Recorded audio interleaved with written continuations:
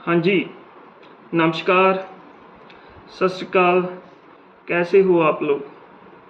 आज की हमारी वीडियो बहुत बहुत ज़रूरी टॉपिक पे ये वीडियो है और ये करोड़ों रुपए की वीडियो है। आज हम बात करने जा रहे हैं कि बैंक स्टेटमेंट कैसे मेंटेन करते हैं। बहुत बार आप लोगों का मन होता है कि विदेश में घूमने जाएं। जो भी बड़ी कंट्रीज़ हैं जहाँ शेंगन एरिया हो गया, यूके, कनाडा और ऑस्ट्रेलिया, न्यूजीलैंड, बहुत सी कंट्री के लिए वो एक बहुत इम्पोर्टेंट डॉक्यूमेंट आपसे मांगते हैं, बैंक स्टेटमेंट। बहुत ज़रूरी टॉपिक है, इसे ध्यान से सुनना। मैं एक और पार्ट लेकर आऊँगा इसके बाद। आज हम बात करेंगे जो लोग सैलरी पर्सन हैं, जिनको सैलरी आती है, उनको बैंक स्टेटमेंट कैसी होनी चाहिए उनकी। और जो लोग सेल्फ एम्प्लॉयड हैं, उनका खुद का बिजनेस है, उसके लिए जो वीडियो है वो मैं नेक्स्ट पार्ट में लेकर आ रहा हूँ। आज हम सिर्फ सैलरी वालों की बात करेंगे, ठीक है। बहुत बार कोई आपने देखा होगा गवर्नमेंट एम्प्लॉय भी होता है, जहाँ कोई प्राइवेट जॉब भी करता है, सैलरी भी बहुत अच्छी होती है, 80-90,000 लाख के ऊपर भी सैलरी होती है, बट उसके बावजूद उसको उसका वीज़ा रिफ्यूज़ हो जाता है। क्योंकि वीज़ा ऑफिसर ने ये देखना होता है आपकी बैंक स्टेटमेंट में कि आप इंडिया में सेटल हो, आपकी फ़ाइनेंशियल कंडीशन क्या है, आपके फाइनेंशियल टाइज़ क्या हैं, ठीक है। ये सारी चीज़ें देखनी होती हैं। उसके बाद वो डिसाइड करता है कि क्या आप विदेश से वापस अपने देश इंडिया आ जाओगे या नहीं आओगे। अगर उसे थोड़ा सा भी लगता है कि आपकी फाइनेंशियल कंडीशन सही नहीं है तो वो वीज़ा रिफ्यूज़ कर देता है, क्योंकि उसे लगता है कि आपकी फाइनेंशियल कंडीशन इतनी अच्छी नहीं है और आप वहाँ काम करने के लिए जा रहे हो, घूमने नहीं जा रहे, ठीक है। तो होनी कैसी चाहिए बैंक स्टेटमेंट? देखो, एक चीज़ तो क्लियर है, जब आप जॉब करते हो, प्राइवेट करते हो या सरकारी करते हो, तो जो आपकी जो सैलरी है वो अकाउंट में आनी चाहिए। कैश सैलरी को कोई नहीं मानता, आप साबित ही नहीं कर पाओगे अगर आप कैश सैलरी ले रहे हो, ठीक है। सो सबसे पहली बात, सैलरी आपके अकाउंट में आनी चाहिए और एवरी मंथ आनी चाहिए, ठीक है। अब मैं एग्जांपल के साथ बात करूँगा। मान लो आपकी सैलरी 40,000 है, ठीक है। तो उसमें क्या किया करो, उसमें खर्चा कम दिखाया करो। लाइक खर्चा अगर 40,000 है तो उसका 25% खर्चा दिखाओ, 75% बचत दिखाओ, ठीक है। इसे ऊपर नीचे भी कर सकते हो आप। लाइक 12,000 दिखा दो खर्चा, 13 दिखा दो। अगर तो आप सिंगल हो तो 10-11,000 खर्चा बहुत है, ठीक है।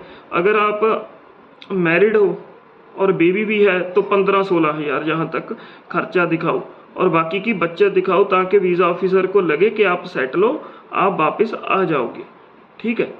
और दूसरी बात, सैलरी आ गई आपके अकाउंट में, ठीक है। मान लो 25 तारीख को आ गई या 1 तारीख को आ गई, किसी भी तारीख को आपके अकाउंट में सैलरी आ गई, ठीक है। उसके बाद क्या करना है? उसके बाद आपने खर्चा दिखाना होता है। सो खर्चा दिखाने के लिए आप गूगल पे यूज़ करो या अपना कार्ड यूज़ करो। अगर पेट्रोल डलवाने गए हो, अपना कार्ड दे दो कि इससे काट लो, ठीक है। और कैश कम से कम निकलवाओ, कैश कम निकलवाओ, क्योंकि ज़्यादातर जो आप कैश निकलवाओगे उससे पता नहीं चलता कि आपने उस पैसे का क्या किया, ठीक है। और जो आप घर के ले आते हो, घर का राशन, जिसे हम पंजाबी में सौदे कह देते हैं, जहाँ हिंदी में हम राशन ले आते हैं, घर का राशन, वो राशन है वो एक बार में मत लेकर आओ, 2-3 बार में ले आओ, ताकि थोड़ी सी एंट्रीज पड़ जाएं। कोई मतलब सैलरी आ गई, उसके बाद 10-12 एंट्रीज हो जाएं आपके अकाउंट में खर्चे की।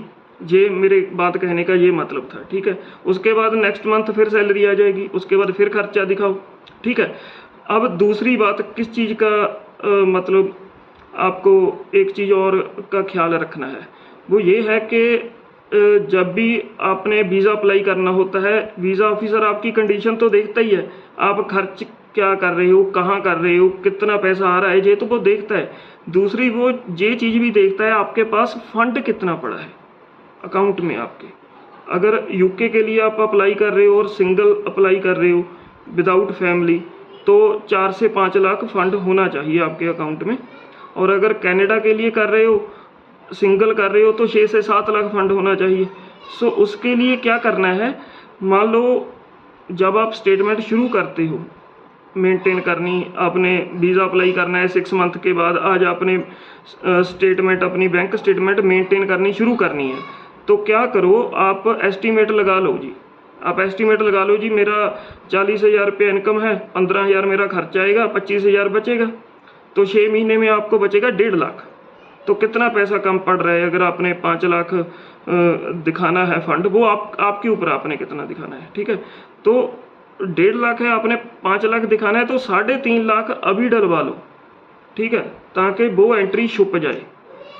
और उसके बाद बाकी की स्टेटमेंट आपकी चलती रहेगी, 6 मंथ की हो जाएगी, उसके बाद आप वीज़ा अप्लाई कर पाओगे, ठीक है।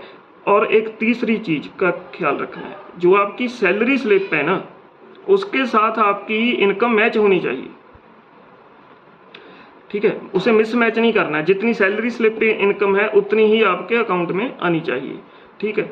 अगर कहीं पे कोई डिडक्शन हुई है, जहाँ 1 मंथ आपको सैलरी कम आई है, तो वो सैलरी स्लिप पे भी देखना चाहिए कि वो सैलरी क्यों कम आई है, किस चीज़ की डिडक्शन हुई है, ठीक है। और इसके बाद क्या ख्याल रखना है आप लोगों को, ITR का, ठीक है। जो मान लो आपकी ITR, अगर मैंने 40,000 सैलरी का एग्जांपल दिया है आपको, तो इसकी 4,80,000 रुपये की ITR बनती है, तो वो मैच होनी चाहिए। ऐसा नहीं होना चाहिए कि आपकी सैलरी 5 लाख है, ठीक है, जहाँ 4.5 लाख है और आपने ITR भरी हुई है 6-7 लाख की, ठीक है।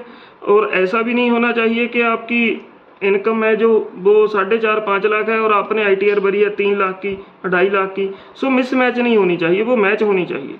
बस यही, आई होप कि आप समझ गए होंगे। मैंने अपनी तरफ से पूरा बहुत क्लियरली समझाया है, आई होप कि आप लोग समझ गए होंगे और इसके बाद आप लोग गलतियां नहीं करोगे।